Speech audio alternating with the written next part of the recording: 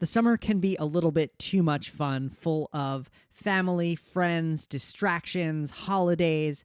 But for those of us who are planning and building tiny houses, what we really need is motivation, inspiration, and accountability to get our tiny houses done. That's exactly why I started Tiny House Engage. Tiny House Engage is an online community that brings together tiny dreamers, builders, and dwellers to inspire and support each other as we build tiny together. In Tiny House Engage, people are celebrating wins and navigating our challenges together. Because let's face it, planning, building, and living tiny can be lonely. Tiny House Engage is a 24/7 online community designed to connect you with fellow tiny housers, get your questions answered, get inspired, feel that accountability, and progress towards your goal of living tiny. Tiny House Engage opens just 1 week per month, and right now Tiny House Engage is open until Tuesday, so there's just a couple of days left. And so I'd like to invite you personally to join. There is way more about Tiny House Engage than I can fit into this one short spot here, but you can learn all about it at thetinyhouse.net/engage. Again, that's thetinyhouse.net/engage. I really look forward to connecting with you in Tiny House Engage and watching as your tiny house dreams progress into tiny house reality. Again, that website is thetinyhouse.net/engage. So as traditional mortgages are currently structured, you usually need to use the home as collateral in order to fund that. And with the tiny homes, you could drive off and no one will find you. Welcome to the Tiny House Lifestyle Podcast, the show where you learn how to plan, build, and live the tiny lifestyle.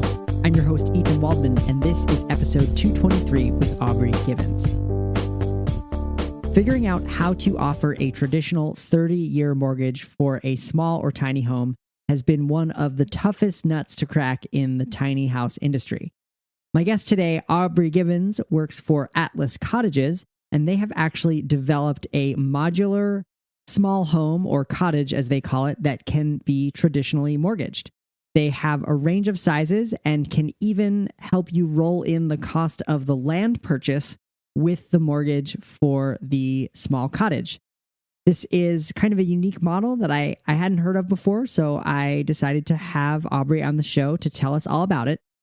We will also dispel some common myths about modular building and what modular building can and can't do. So I hope you stick around.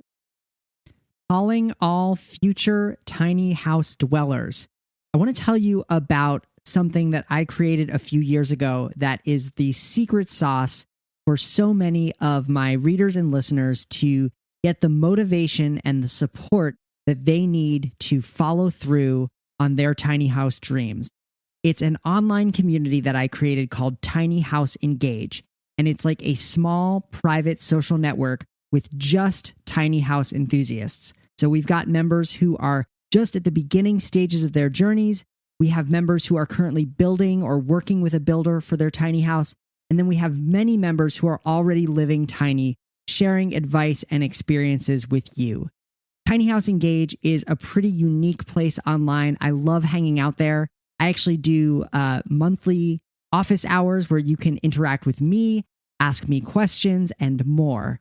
Right now, Tiny House Engage is actually open for registration. It's not open for registration all of the time.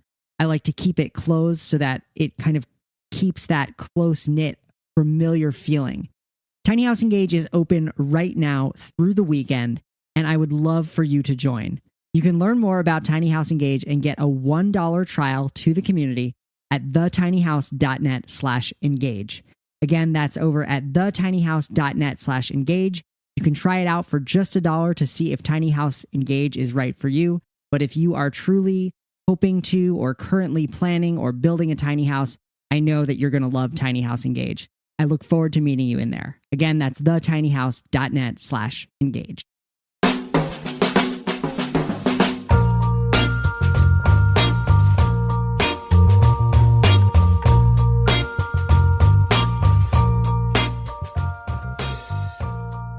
All right, I am here with Aubrie Gibbons. As communications manager for the Atlas Group Limited, Aubrie utilizes over 6 years of experience in data entry, customer service, real estate, and marketing roles to support the team and its goals. He is uniquely positioned to share the vision of Atlas Cottage Homes. Aubrie, welcome to the show. Hi, Ethan. It's so great to be here. Yeah, thanks for coming on. I don't always just let tiny home companies onto the show because it's kind of like free advertising, and I kind of look for companies that are doing things that are a little bit different or a new perspective to offer my listeners. And so when I got an email from you talking about how Atlas Cottage Homes are able to be traditionally mortgaged and that you could come on the show to talk about how that works and why, or how and why that works. I thought that would be a cool thing to bring to the listeners of Tiny House Lifestyle Podcast. So before we get to that, though, could you just tell us a little bit more about yourself, how you got started working with tiny homes, tiny cottages? So I actually got into the tiny living universe from camping when I was younger with my parents. Mm-hmm. I think a lot of the tiny home community kind of gets started through RVs or camping. And if it's not that, then it's the minimalism aspect of it, which I also really strongly identify with. I'm based here in Florida. I was born and raised here, which you don't hear about very often. Uh-huh. And there's a certain environmentalist streak there because we do have the Everglades there, which is a huge aquifer here in this country. So I think that was a big part of it for me. And Atlas and I kind of found each other because of that. That's awesome. And so did you have a background in real estate before you came to Atlas? I did. I am actually a licensed real estate agent. And so one of the reasons I was brought on was I had this kind of unique positioning of assisting experience. So they knew I was good at learning new teams, as well as a real estate license. And I was an agent for 2 years. And then you add in the fact that I have this connection to camping and tiny living and this environmentalist emphasis. And I think that really made for the perfect mix between me and the company's vision. And, I was promoted very quickly while I was here. So I think I must be doing something right to be the new communications manager. Nice. How big is the company? So we do have a really big emphasis on keeping the team small. So we have a few offices. We have 2 plants that build our homes in Orlando. Each of those probably have about 20 employees. And then we have the main office where we kind of come up with all the ideas and kind of give them our crazy plans. And then they fix what we give them and make it make sense. And I would say our office probably has about 10 employees. So in total, probably around 50. Nice. And so do you build homes of all sizes or are you like specifically these cottage homes? We definitely have the capacity to build larger homes. Specifically within the cottage home branch, we try to keep them smaller. There is that element of energy efficiency that we really want to preserve there. But a lot of our company was kind of made possible by our supporters who are, of course, investors. And so we try to serve them by offering a luxury home division. So if someone were interested in our other projects, we do include larger housing options. But even the cottages themselves, because they're modular, can really be combined in different ways to make whatever your dream home is in an affordable way that, of course, can be mortgaged. Yep. Nice. And so what can you kind of define cottage homes for me, like general size, footprint kind of things? Yeah, so I would say our cottages range from about 600 square feet to around 1,200. We have some models that have not been announced yet that are 2-story, and that's where you get that 1,200 number from. My personal favorite is going to have a deck on it, so I'm excited for that one to get announced. I might even snatch it up myself. But as mentioned a couple times now, they are traditionally mortgageable, so it's a 30-year mortgage. We try to keep rates at about $500 a month if you're going to go that route. If you were just going to pay in cash, it would be about 160 as a starting rate. Those prices do tend to fluctuate just so that we can serve as many people as possible. Mm-hmm. The biggest difference between us and what a lot of your audience is probably familiar with is that we are not mobile. And that's why we refer to ourselves as cottage homes instead of tiny homes. But what you don't have in mobility, you really get in security. So having that as collateral is how you can get that loan. But you also have the option of having the community there, of people around you. I know from many of the episodes I've listened to on your podcast that some of your listeners seem to really be interested in that. So it's really, if you love your tiny home and you like that small footprint, it's an option where you don't have to, call a company to move your home. If you really just want to stay there and build equity, which is another thing that you get with these that you unfortunately don't have with tiny homes on wheels, is the equity. Right. So we try to offer that as an alternative because I think there really is that element of wanting a community everywhere you go. And you could always do that here. So I think it bears repeating. So I want to just ask you the question directly, like, why can't a tiny house on wheels qualify for a traditional mortgage kind of as they are currently imagined? So as traditional mortgages are currently structured, you usually need to use the home as collateral in order to fund that. Most people so the tiny house or the house itself is the collateral so that the bank has something to take away if you stop paying. Exactly. And with the tiny homes, you could drive off and no one will find you. Okay. So that's the main thing, is that the tiny homes kind of can get driven off. Now, one thing that I've heard also is that oftentimes what is the appreciating asset when you buy a house is the land, and that the house is actually a depreciating asset. And so I'm curious, how does that factor in at all with the cottage homes, since you do sell them? I'm guessing you'll sell them without really knowing where they'll go. Well, we do have to know where they're going to go because we build them according to the zip code. So I also don't necessarily agree that houses are depreciating assets.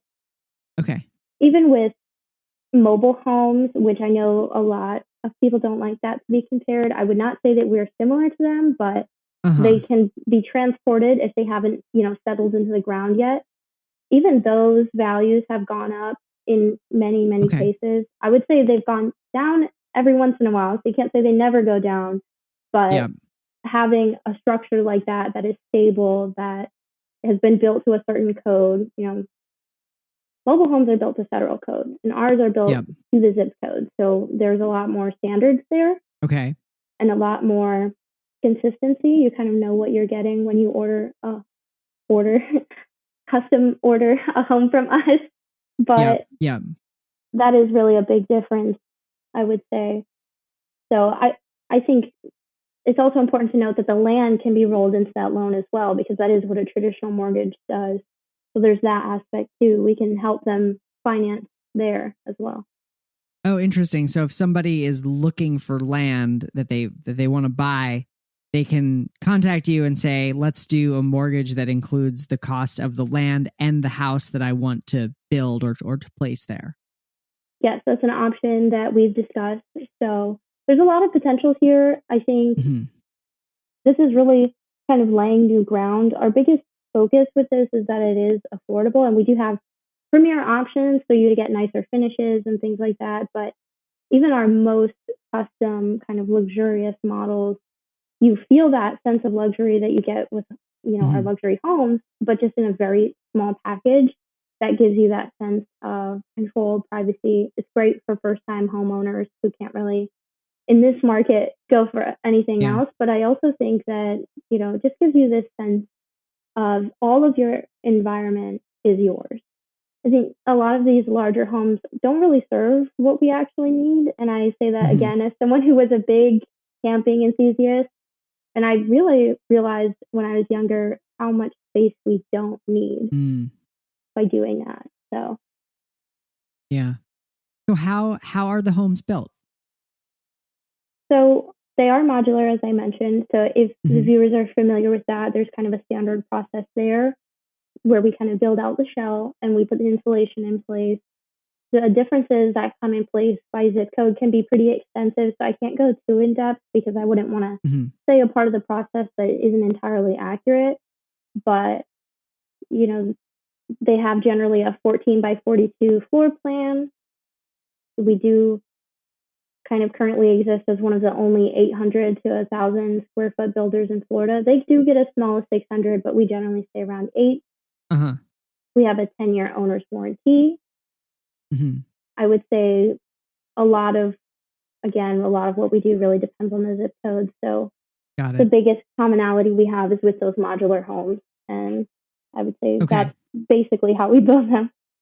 Nice. And so they're like, if somebody buys that the tiniest end of the home, the 600 square foot house, is that going to be like, how is that delivered? Is it all like, is it a house? It's just kind of comes on a truck and gets plopped down, or is there some like site build that happens too? So we generally do a site build. Mm-hmm. Right now, our cottage homes are most commonly found at cottage home communities. So we have an example of that in Lake Oklawaha. Okay. They are currently in planning to lay some of our cottage homes down. Mm-hmm. And with each of those, you have the built-in place for a toilet, you have the washer and dryer that are stackable, a fully functioning kitchen.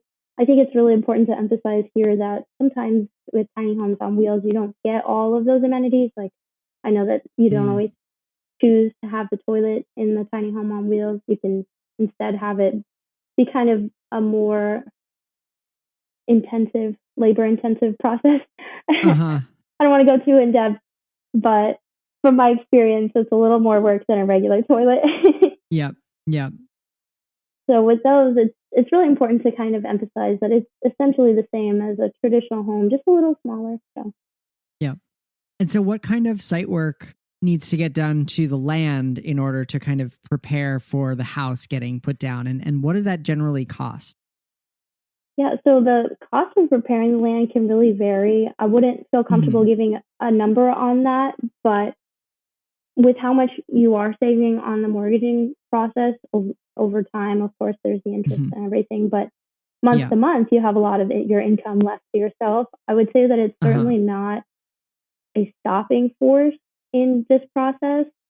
We have plenty of contractors that we're usually happy to refer to our clients, especially since we are kind of based in Florida right now, given the level of customization we need to do based on the zip code. Yep. So. Got it. So, in terms of the kind of the mortgage and the overall purchase price, like what is the like starting price for like a 600 square foot home? Like what's the least expensive option for those listening who are just kind of wondering what it is? Yeah. So for the lots that are, to my knowledge, being placed at Oklawaha, the estimate for that for the lowest end is $160. If you were to buy in cash, that would be $160,000. To answer your earlier question, I realize I actually do have notes on that here. Okay. It's usually about $2 per square foot to develop land. Okay. So since we are pretty small there, you've got about $1,000 to develop the land. Okay. Okay. So $2 per square foot of house to finish the land. Yeah. And from the pictures on your website, it looks like these are mostly like put onto a slab, like a concrete slab. Yes, we do really want you to have a solid foundation for that property. So, again, it's built to Florida Building Code, which can be pretty stringent. So all of those things are just for your security. So yes, it goes on concrete slabs. Got it.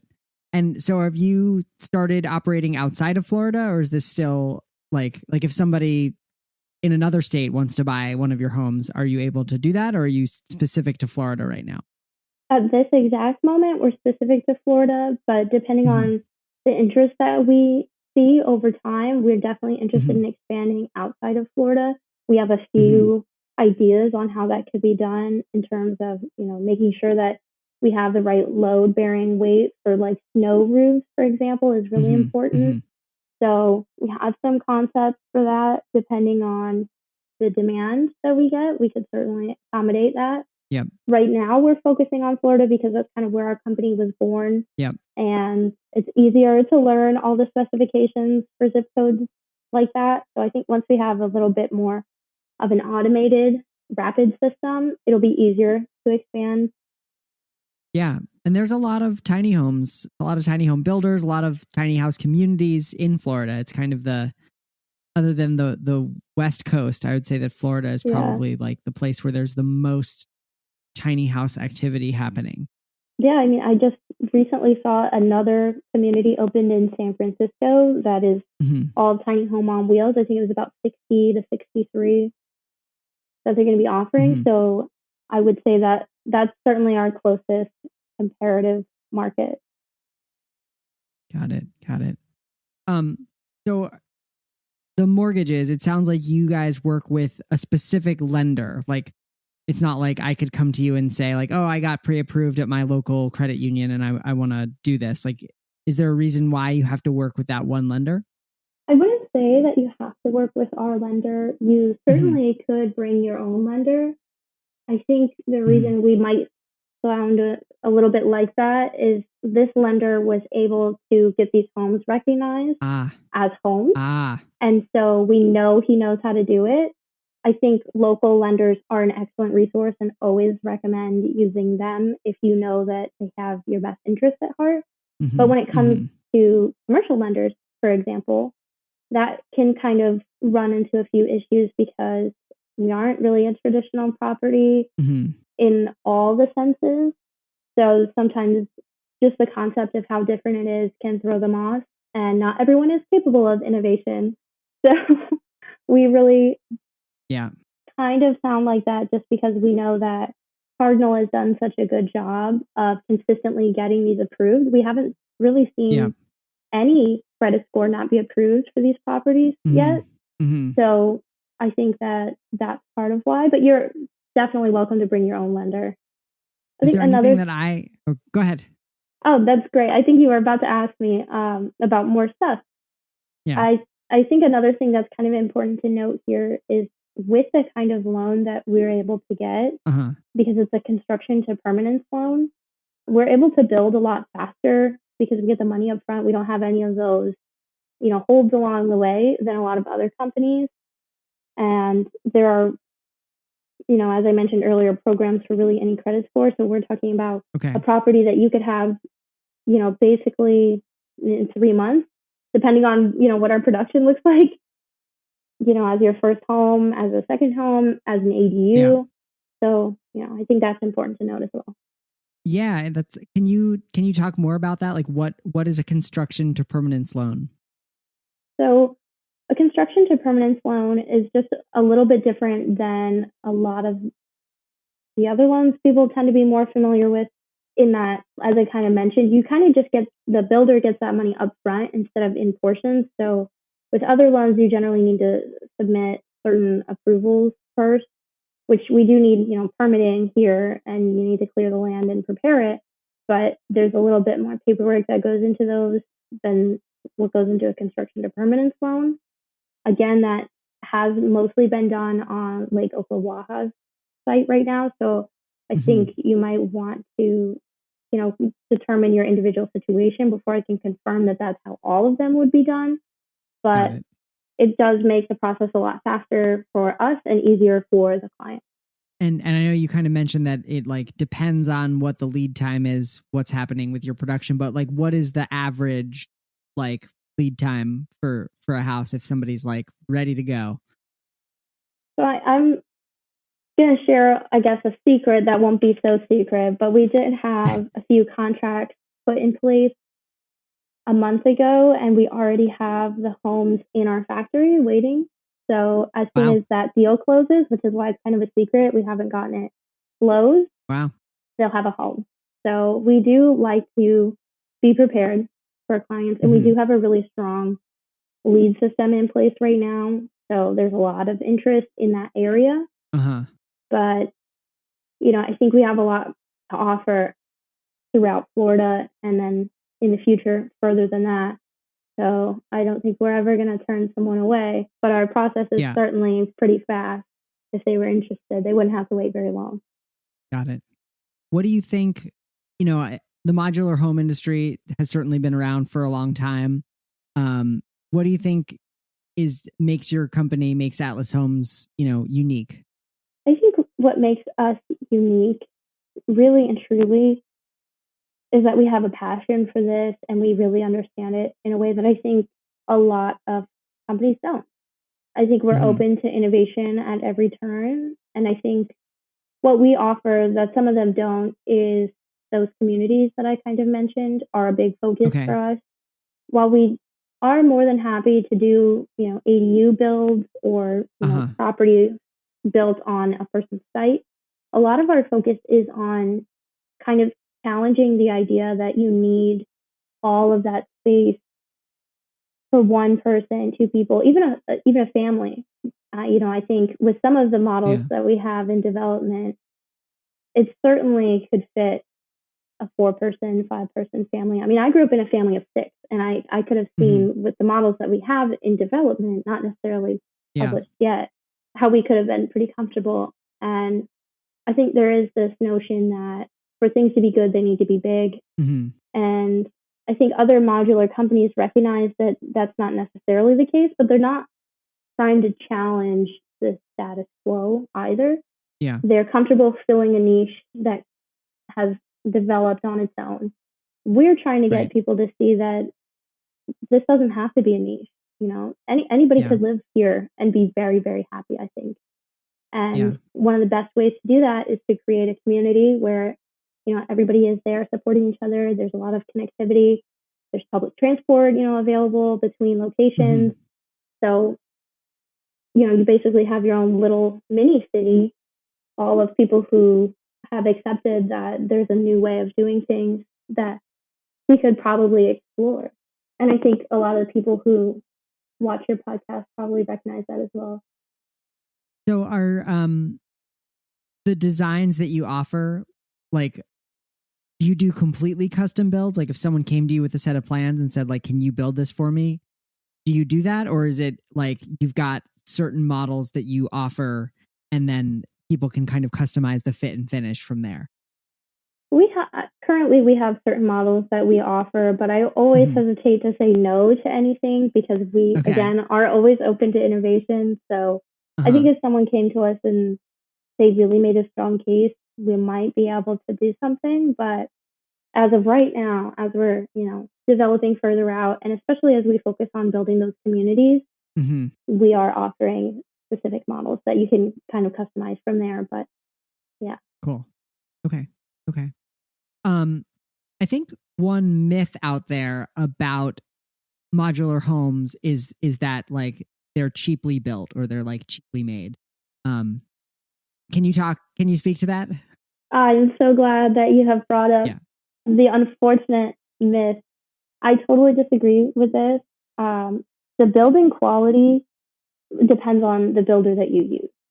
And we use the exact same quality of materials that you would, again, in a traditional home. But even further than that, there's there's also this concern that modular homes don't have good storm protection, and things like that. How can something smaller than, 2,000 feet fit some kind of storm protection or whatever? I don't think that these opinions don't make sense, but I do think that there's a level of unfamiliarity behind that kind of answer. Yeah.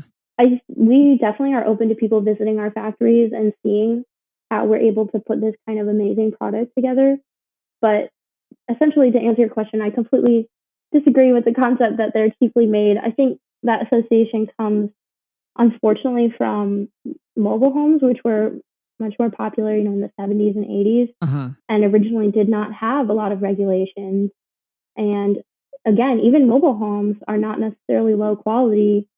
There just weren't regulations in place. And so for us to be building to such stringent codes, we really can't be cheaply made. But more than that, we care about the product that we put out and people are living there. So we take this seriously. Nice. Well, one thing that I like to ask all of my guests is, what are a couple of resources that have like helped you learn about the tiny house or cottage industry, or just things that have inspired you around small homes that you'd like to share with our listeners? So I think one of the things that really made a difference for us was the SIA organization. Hmm. So I just want to make sure that I'm getting the acronym right. So let me. Yeah, no, that's correct. THEA, Okay, Tiny perfect. Home Industry Association. Yep. Yes. I think they're doing a great job of advocating for, changes in regulation, developing Uh-huh. best practices in this industry, but also just recognizing that this is an industry. I think Yep. there was an element of discomfort as this started to develop, and there's now this recognition that all across the country and even the globe, people are starting to, shift to smaller living. So that Yeah. was a great resource Yeah. for us, and we are a member of that as well. Awesome. Well, Aubrie Gibbons, thank you so much for being a guest on the show today. This was really fun. Yeah, I had a great time. I'm so glad you let me come on. Thank you so much to Aubrie Gibbons for being a guest on the show today. You can find the show notes, including a complete transcript, photos of some of the Atlas Cottage models, and more at thetinyhouse.net/223. Again, that's thetinyhouse.net/223. Well, that's all for this week. I'm your host, Ethan Waldman, and I'll be back next week with another episode of the Tiny House Lifestyle Podcast. Hey, it's Ethan. Thanks so much for listening to the show. And if you've made it this far, you must really be a fan. If you enjoy this podcast and are currently planning, buying, or building a tiny house, I'd like to invite you to my private online community called Tiny House Engage, where you get unlimited Q&A, support and accountability from your peers, and multiple weekly live events to connect with fellow tiny housers and get your questions answered. You can learn more at thetinyhouse.net/engage. We've got contractors available to answer your plumbing and electrical questions, and weekly video office hours so you can talk through your tiny house challenges and questions and make solid progress. And if you're a fan of the show, Tiny House Engage members get to watch live while I record the interviews for the Tiny House Lifestyle podcast and ask questions of our guests. It's truly the best way to get advice and support on your tiny house journey, and registration only opens once every 4 to 6 weeks. The doors are closing this coming Tuesday, so head on over to thetinyhouse.net/engage to learn more. Again, registration closes on Tuesday, so visit thetinyhouse.net/engage to learn more.